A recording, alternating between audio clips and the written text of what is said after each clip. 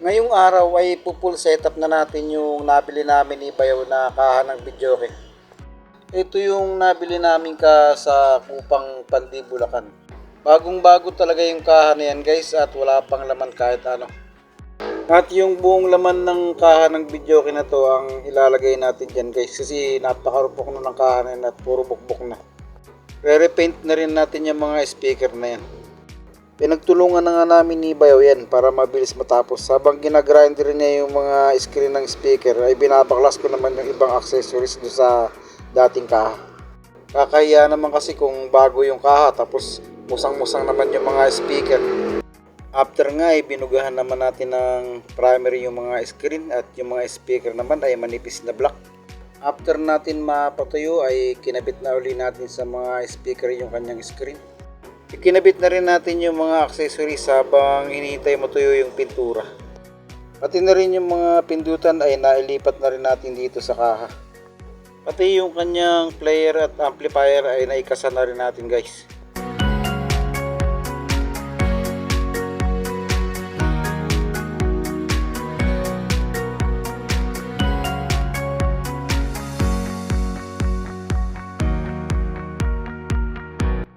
Tapos ay ikabit naman natin yung mga speaker para masampulan na natin maya maya.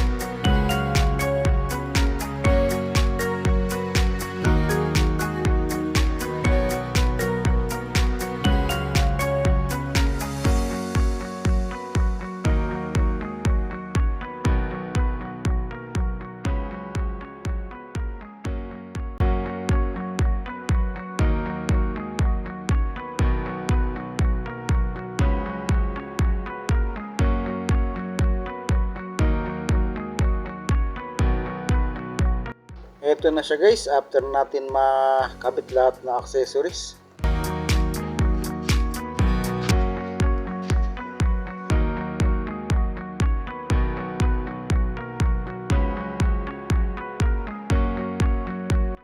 I-sound test na natin ng konti.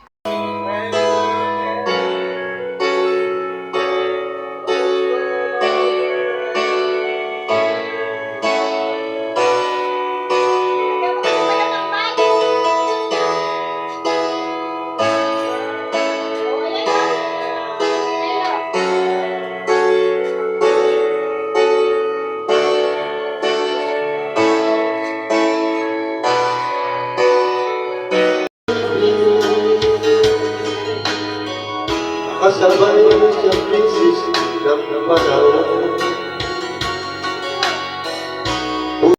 di kaya'y sumabay rin ang pag-ibig mo. Dati-dati, madalas mo akong tawagan, madalas mo